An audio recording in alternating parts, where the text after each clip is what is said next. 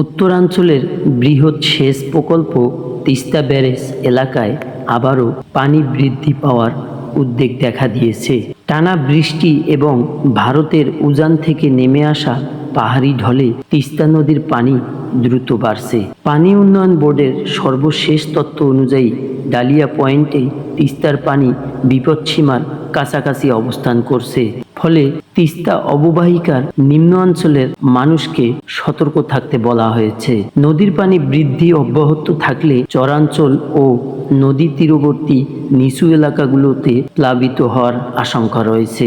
এদিকে পানি বৃদ্ধি পাওয়ায় তিস্তা ব্যারেজের জলকপাটগুলো পর্যায়ক্রমে খুলে দেওয়া হয়েছে, যাতে অতিরিক্ত চাপ নিয়ন্ত্রণ করা যায়। নদী তীরবর্তী নীলফামারী, লালমনিরহাট, রংপুর ও কুড়িগ্রামের বিভিন্ন এলাকায় স্থানীয় প্রশাসন পরিস্থিতি পর্যবেক্ষণ করছে। কৃষকদের মধ্যে উদ্বেগ বাড়ছে, কারণ পানি আবারও বৃদ্ধি পেলে আমন ধানের জমি এবং সবজি ক্ষেত ক্ষতিগ্রস্ত হতে পারে। একই সঙ্গে চরাঞ্চলের অনেক পরিবার বন্যার সংখ্যায় প্রয়োজনীয় প্রস্তুতি নিতে শুরু করেছে। পানি উন্নয়ন বোর্ড জানিয়েছে, উজানের বৃষ্টিপাতের উপর পরিস্থিতি অনেকটাই নির্ভর করছে। তাই আগামী 24 থেকে 48 ঘন্টা তিস্তা নদীর পানি পরিস্থিতি নিবিড়ভাবে পর্যবেক্ষণ করা হচ্ছে। উত্তরাঞ্চলের মানুষের প্রাণের তিস্তা নদী পানি বিপদ সীমার কাছাকাছি পৌঁছানোয় সংশ্লিষ্ট কর্তৃপক্ষ ও স্থানীয় বাসিন্দাদের মধ্যে সতর্কতা জোরদার করা হয়েছে।